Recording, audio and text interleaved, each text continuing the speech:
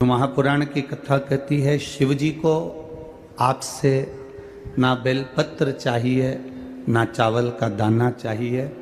शंकर भगवान को आपसे कुछ भी नहीं चाहिए। शिव जी तो कहते हैं कि मैं भी भगवान के नाम में डूबा रहता हूँ, तुम भी परमात्मा के नाम में डूबे रहो, मैं तुम्हारा सब कार्य कर कर चले जाऊंगा। अब आश्रित हो जाओ उसके। आप भगवान के भरोसे पर जीना प्रारंभ तो करो। हम दुनिया के भरोसे पर जीते हैं, पर परमात्मा के भरोसे पर नहीं जी पाते। हम उसके आश्रित नहीं हो पाते। कभी कभी हमारा पुण्य भी हो सकता है मरते समय तक पाप में बदल जाए। एक बार भगवान कृष्ण से रुक्मणी जी ने प्रश्न किया। भगवान कृष्ण से रुक्मणी जी ने पूछा, प्रभु आप एक बात बताइए, भीष्म पितामह आपका इतना भजन करते हैं, गुरु द्रोणाचार्य इतना भगवान की भक्ति करते हैं, इन दोनों ने कितना पुण्य कमाया है? राजा कर्ण कितना दान करता है, उसने कितना पुण्य कमाया है?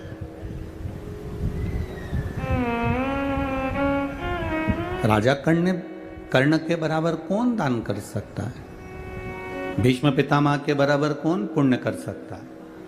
गुरु द्रोणाचार्य के बराबर कौन सत्कर्म कर सकता है, कौन पुण्य कर सकता है? रुक्मणी जी ने पूछा, प्रभु आप एक बात बताओ कि भीष्म पितामह के बराबर कोई पुण्य नहीं कमा सकता, गुरु द्रोणाचार्य के बराबर कोई पुण्य नहीं कमा सकता, राजा कर्ण के बराबर कोई दान नहीं कर सकता, उसके बराबर कोई पुण्य नहीं कमा सकता, फिर भीष्म पितामह को मारने में, गुरु द्रोणाचार्य को मारने में और कर्ण को मारने में आपने पांडवों का साथ क्यों दिया? भीष्म पितामह ने जब इतना पुण्य कमाया था तो आपको उसके मरने में साथ नहीं देना था। गुरु द्रोणाचार्य के पास में इतना पुण्य था तो उसके मरने में आपको साथ नहीं देना था। राजा कर्ण ने जब इतना दान करा, पुण्य कमाया, तो उसके मरने में आपको साथ नहीं देना था। आपको भीष्म पितामह का साथ देना था, आपको गुरु द्रोणाचार्य का साथ देना था, आपको कर्ण का साथ देना था। फिर आपने उनके मरने का प्लान बनाया, उनके मरने का साथ दिया, ऐसा क्यों किया? क्या इन्होंने पुण्य नहीं किया था? भगवान कहते हैं, रुक्मणी भीष्म पितामह ने बहुत पुण्य करा था, गुरु द्रोणाचार्य ने बहुत पुण्य करा था, पर मरने से पहले उनने एक गलती कर दी। सभा में द्रौपदी का चीर खिंचा रहा था और भीष्म पितामह और गुरु द्रोणाचार्य उस सभा में बैठे थे और न्याय नहीं कर पाए, सत्य वचन नहीं कर पाए और बुरे लोगों का साथ दिया, इसलिए उनके मरने में मुझे साथ देना पड़ा।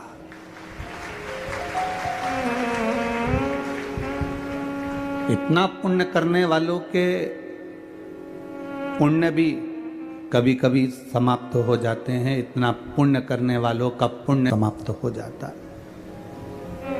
सुनो रुक्मणी, राजा कर्ण ने जिंदगी में बहुत दान करा, खूब लोगों को दान दिया, पर उसके मरने में मैंने साथ इसलिए दिया क्योंकि अभिमन्यु के जब प्राण छूट रहे थे, पास में पानी भरा हुआ एक खड्डे में पड़ा हुआ था।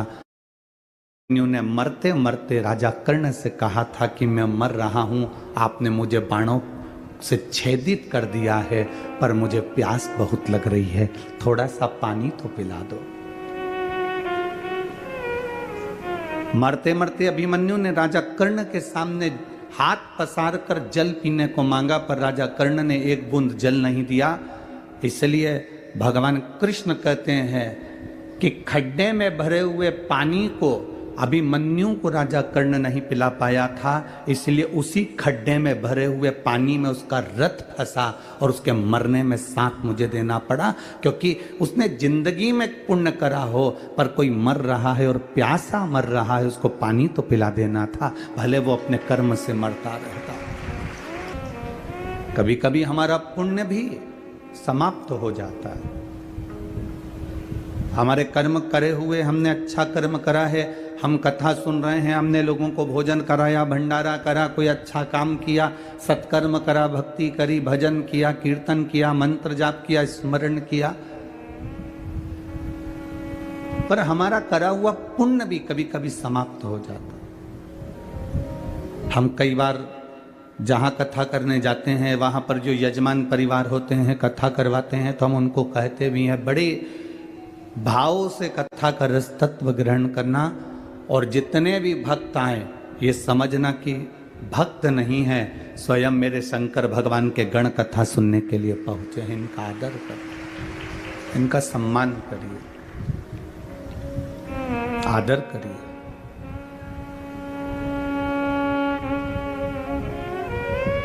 शादी में मेहमान आते हैं, जिनको आप बुलाते हो वही पहुंचता है।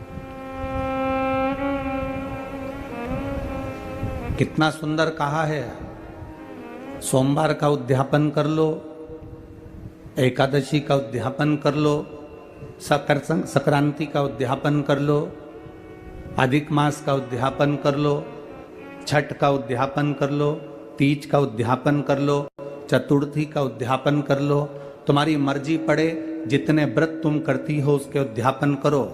पर शास्त्र कहता है उस उद्यापन में घर के लोगों को नहीं गिना जाता। उस उद्यापन में सौभाग्यवती माताएं जो तुम्हारे नगर की हों, मोहल्ले की हों, जो तुम्हारे परिवार की नहीं दूसरी हों, उनको उस उद्यापन में गिनो। उसका कारण क्या है कि परिवार वाले तो जिंदगी भर खाते रहते हैं, तुम्हारे यहाँ हर कभी आ जाते हैं, तुम उनको बुला भी लेते हो, खिला भी देते हो, दे भी देते हो। परिवार को दिया दान नहीं कहलाता। जब दूसरी कोई सौभाग्यवती नारी तुम्हारे यहाँ उद्यापन में भोजन कर कर जाएगी, तब वो दान कहलाए। परिवार में से गिनना है तो बहन बेटी को गिन लो, परिवार में से गिनना है तो भांजी को गिन लो, परिवार में से गिनना है तो कोई भतीजी को गिन लो। पर हमने हमारी 4 जेठानी है, चारों को हमने उद्यापन में गिन लिया। हमारी 5 देवरानी है, हमने 5 को उद्यापन में गिन लिया। हमारे काका जी की जो लड़कियां हैं, हमारी जेठानी आदि का जो भी उनकी बहुएं हैं, हमने उनको भी उद्यापन में गिन लिया। ये उद्यापन नहीं लगता। उद्यापन हम जब दूसरे को देते हैं, कई लोग कहते हैं हमने बेटी का विवाह करा तो उसको साड़ी दी तो हमारा दान लगना चाहिए, बेटी की शादी होने के बाद हम बेटी को कुछ दे रहे हैं तो दान लगना चाहिए, हमने बेटी को अंगूठी बनवा कर दी तो हमने दान कर दिया, हमने बेटी को वस्त्र दिया तो दान कर दिया। कौन सी पुराण में लिखा है कि बेटी को आप कुछ देते हो तो दान कहलाता है? शिव महापुराण की कथा कहती है बेटी कभी तुमसे दान नहीं लेती, बेटी तुम्हारे घर में आती है तो अपना हक लेकर जाती है, हिस्सा लेकर जाती है, दान कभी लेकर नहीं जाती। बेटी को एक साड़ी देकर तुम ये एहसान मत मानना कि तुमने एक साड़ी दे दी तो हमने बेटी को दान दे दिया। एक आध दिन काले कोट वाले भैया को लेके आ गई ना, अगर एक दिन आ गई ना काले कोट वाले को लेके, फाइल माइल सब लेके, उस दिन फिर तुम जी जी जी जी करते रहोगे। एक साड़ी देकर कभी एहसान मत मानो कि हमने बेटी को कुछ दे दिया, हमने बेटी को कुछ प्रदान कर दिया, हमने दान दे दिया। बेटी कभी दान नहीं लेती, बेटी तो खुद दान में जाती है। उसको हमारे यहाँ सनातन धर्म में कन्यादान कहते हैं। बेटी तो खुद दान में जा रही है।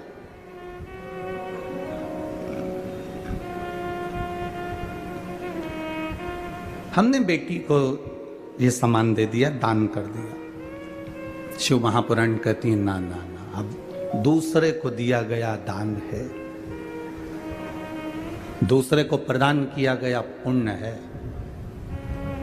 अपने का क्यों नहीं लगता? बहन बेटी हो तो उसको दो, मना नहीं, हम मना नहीं कर रहे। भांजी है तो उसको दो, मना नहीं कर रहे। अपनों का क्यों नहीं लगता? देवरानी को दिया या जेठानी को दिया, उसका क्यों नहीं लगता? क्योंकि आपस में तुम आज खिला दोगी, अगर उद्यापन में तुम थोड़ा बहुत पाँव भी पड़ लोगी, उद्यापन में तुम उसका सम्मान भी कर लोगे, उद्यापन में थोड़ा सा तुम आदर भी कर लोगे, पर बाकी के साल भर तुम उसका आदर करोगी क्या? अंदर से ना जाने कौन कौन सी बात पे दिन भर कुड़ती रहोगी अंदर बैठी बैठी। तो ये पुण्य कहां से लग गया? ये दान कहां से लग गया? दान अनायासी होता है। अब यहां लोग भंडारा चला रहे हैं, यहाँ परिवार भी भंडारा चला रहा है अग्रवाल जी का, और भी रोड के किनारे किनारे ना जाने कितने लोग, कोई बिस्कुट, कोई पूड़ी, कोई सब्जी, कोई चावल, कोई खिचड़ी, कोई कुछ बांट रहा है। अब इतने लोग यहाँ आए हैं तो क्या उनके रिश्तेदार आए हैं क्या? नहीं, अनायास ही आया है। कोई ये पहचानते नहीं है तो भी यहाँ पहुँच गया है और उसका उन्होंने आदर किया है, सम्मान किया है, सत्कार किया है। और वो सत्कार का फल ये मिलेगा कि वो खुद 3 महीने में अंदाजा लगा कर बैठ जाएंगे कि हमने दूसरे को खिलाया तो बाबा ने हमको दिया कितना है। ये उसके ऊपर आधार।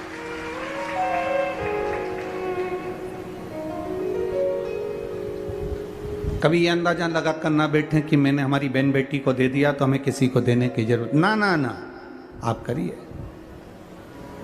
हमारा पुण्य भी कभी कभी समाप्ति पर आ जाता है। भीष्म पितामह ने जिंदगी में इतना पुण्य करा, पर रुक्मणी जी से भगवान कृष्ण ने कहा, एक स्त्री का वस्त्र खिंचा रहा था, द्रौपदी का चीर खिंचा रहा था, उस समय पर उसको बोलना था। भीष्म पितामह को उस समय पर बोलना चाहिए था।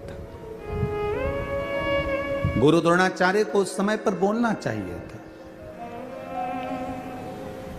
गुरु द्रोणाचार्य को उस समय पर कहना चाहिए था जब वस्त्र खिंचा रहा था, उस समय पर बोलना चाहिए, ए दुर्योधन, ए दुशासन, तुम ये गलत कर रहे हो। एक स्त्री का चीर खिंचा रहा। हमने पहले भी कथा में कहा, लोग कहते हैं सीता जी के कारण रामायण हो गई और द्रौपदी के कारण महाभारत हो गई। दुनिया के लोग ये शब्द कहना बंद कर दें कि द्रौपदी के कारण महाभारत हो गई और सीता जी के कारण रामायण हो गई। याद रखना, ये सीता और द्रौपदी के कारण महाभारत और रामायण नहीं हुई है, यह नारी का सम्मान नहीं कर पाए इसलिए महाभारत और रामायण हुई है। अगर नारी का सम्मान कर लेते, नारी का सम्मान के शब्द नारी के लिए कह देते, भीष्म पितामह एक बार मुख से कह देते रे, ए दुशासन छोड़ द्रौपदी को, तो क्या दुशासन नहीं छोड़ता? क्या दुशासन नहीं बोलता?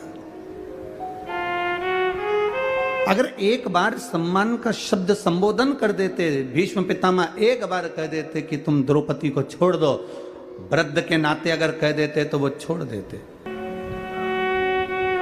एक बार अगर गुरु द्रोणाचार्य ज्ञान की मुद्रा में रखकर बोल देते तो वो छोड़ देते, पर नहीं बोले।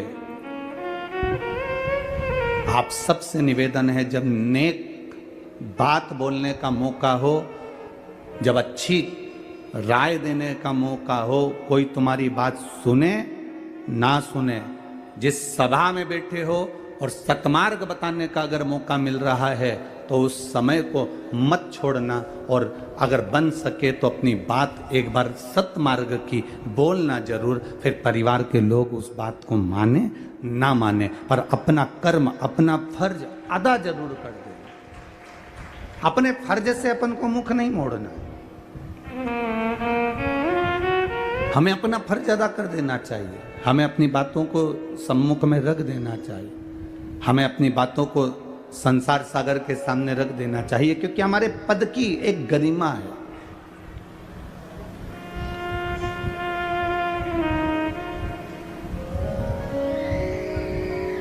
किस जगह पर आप बैठे हुए हो, किस स्थान पर आप बैठे हुए हो, उसकी एक गरिमा है। बहुत ध्यान देना, पाप कराने का काम इस पेट का होता है। पेट क्या कराता है? झूठ बुलवाता है, पाप कराएगा।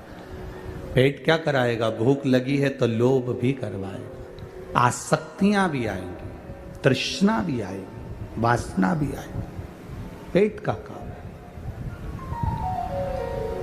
पेट पाप करवाता है, पर पेट पाप करवा देता है, पर पेट कभी पाप का प्रायश्चित नहीं करता। पेट पाप करवाता है और ये जो पीठ है ये हमेशा प्रायश्चित करती है, बोझा ढोती है उस पाप का, और मेहनत कर कर इस शरीर को पार लगाती है। पेट में और पीठ में अंतर ही यही है। पेट पाप कराने का कार्य करता है, पेट हमको पाप की ओर लेकर जाता है। थोड़ा सा लोभ बढ़ता गया, बढ़ता गया, बढ़ता गया। थोड़ा महंगाई बढ़ी तो और वस्तुओं की महंगाई बढ़ा दी। 1 रुपए की चीज़ 4 रुपए में, 4 रुपए की 8 रुपए में, 8 रुपए की 10 रुपए में, 10 रुपए की 20 रुपए में बढ़ती चली गई, बढ़ती चली गई, बढ़ती चली गई। हमने उसका अधिक फल पा लिया, पर भोगना तो पीठ को पड़ा है, भोगना तो पीठ को पड़ा। इसीलिए बार बार पहले भी कहा, मत बुरे कर्म कर बंदे वरना पछताएगा, भगवान की आंखों से तू बच नहीं पाएगा, तू बच नहीं पाएगा। अरे ओ अज्ञानी मत कर नादानी, अरे ओ अज्ञानी मत कर नादानी। तेरे कर्म का फल भी तू ही पाएगा, जैसा किया तूने तेरे आगे आएगा। मत बुरे कर्म कर बंदे वरना पछताएगा, भगवान की आंखों से तू बच नहीं पाएगा, तू बच नहीं पाएगा। अरे ओ अज्ञानी मत कर नादानी। आप स्थान की मर्यादा रखिए। सास हो, सास की मर्यादा रखिए। ससुर हो, ससुर की मर्यादा रखिए। ननंद हो, ननंद की मर्यादा रखिए। भाभी हो, भाभी की मर्यादा रखिए। भाई हो, भाई की मर्यादा रखिए। भीष्म पितामह अगर अपनी मर्यादा रख लेते, और उस जगह पर भीष्म पितामह थे, घर के सबसे बयो, सबसे वृद्ध, सबसे बड़े, अगर एक बार उठकर कह देते दुशासन चीर छोड़ बहू का, द्रौपदी के चीर को हाथ मत लगा लेना दुशासन, और द्रौपदी से कह देते बेटी आओ यहां बैठो, बैठ जाओ, अपनी गांधारी सास के पास जाकर बैठ जाओ, रोमती उसके पास जाकर बैठो, तो दुशासन और दुर्योधन की हिम्मत नहीं होती कि वो चीर खींच लेते। पर मर्यादा हट गई थी। एक बड़ा अपनी मर्यादा ना छोड़े, एक छोटा अपनी मर्यादा ना छोड़े, एक बहू अपनी मर्यादा ना छोड़े, एक सास अपनी मर्यादा ना छोड़े। जो अपनी मर्यादाओं में घिरे हुए हैं वो अपने साथ जाएगी। अब तुम ड्राइवर हो क्या? जम के तो बोलो। नहीं हो ना।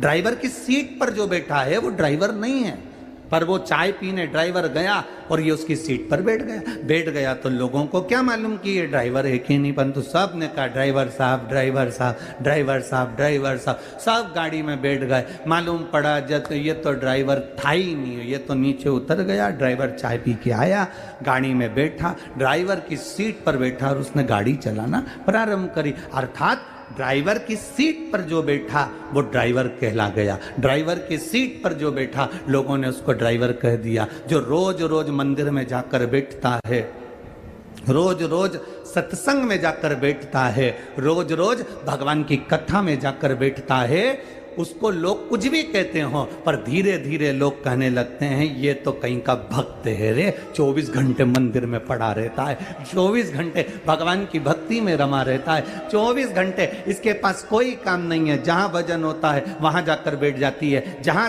कीर्तन होता है वहाँ जाकर पहुँच जाती है। लोग उसका नाम बदल देते हैं, उसका नाम सुनीता, नुनीता, गीता, पीता कुछ भी हो, उसे कोई मतलब नहीं। उनके लोग कह देते हैं वो जीजी को बुला लो, भजन वाली बहुत अच्छा भजन गाती है, भक्ति इतनी अच्छी है, वो तो पूरी भक्तन बन गई रे शंकर जी की। अब लोग उसका नाम चेंज कर दिए, क्योंकि भजन में बैठती है, भगवान के पास बैठती है, भगवान के करीब में रहती है, भजन में डूबी रहती है, इसलिए उसका नाम वहां बैठ बैठ के भक्त हो जाता है। जो सत्संग में जाकर बैठता है उसको लोग लोग संत कहने लगते हैं। कई बार तुम कथा सुन सुन कर जाओ और अपने घर पर जाकर ज्यादा ज्ञान देने लगते हो ना, छोटी छोटी बात के लिए, तो ही लोग कह देते हैं हमारी अम्मा आ गई है, बहुत बड़ी संत है। सियोर वाला महाराज की कथा सुन सुन के पूरी संत बन गई है। तो अब तुम चलो, यहां बैठे थे, कथा में बैठे, भक्त कहलाए, संत कहलाए, मंदिर गए तो लोग पुजारी जी समझ लिए। मंदिर में रोज रोज पोछा लगाओगे तो दूसरे आके समझेंगे काम वाली है। बोलो सही है कि गलत है? कि मंदिर में नौकरी करती होगी, पर तुम्हें मालूम है कि मैं नौकरी किसी की नहीं कर रही, मैं तो नौकरी मेरे देवाधिदेव महादेव की कर रही हूं, उसके सिवाय किसी की नहीं कर रही। मैं तुम्हें नौकर समझा। स्थान, जिस जगह पर तुम बैठ रहे हो उसकी कीमत देखिए कितनी है। अब चलो, तुम जाके मदिरा की दुकान पर, दारू की दुकान पर जो नींवी पीता, मत पिए, पर मदिरा की दुकान पर जरा रोज जाके शाम के टाइम खड़ा हो जाए, मत पिए, पर लोग क्या कहेंगे? राम सिंह का छोरा, वो नाथुराम की औलाद,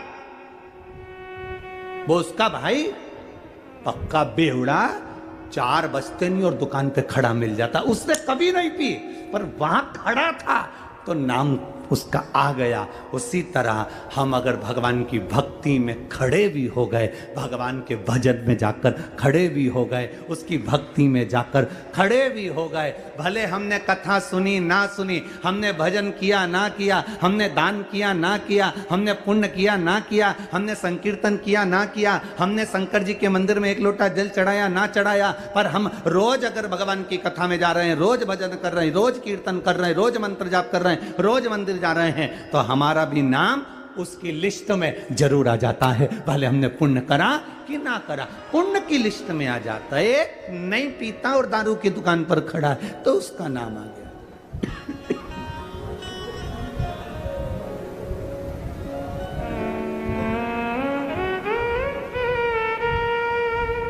अब रोज भजन करेंगे, भजन में आपका नाम आ गया।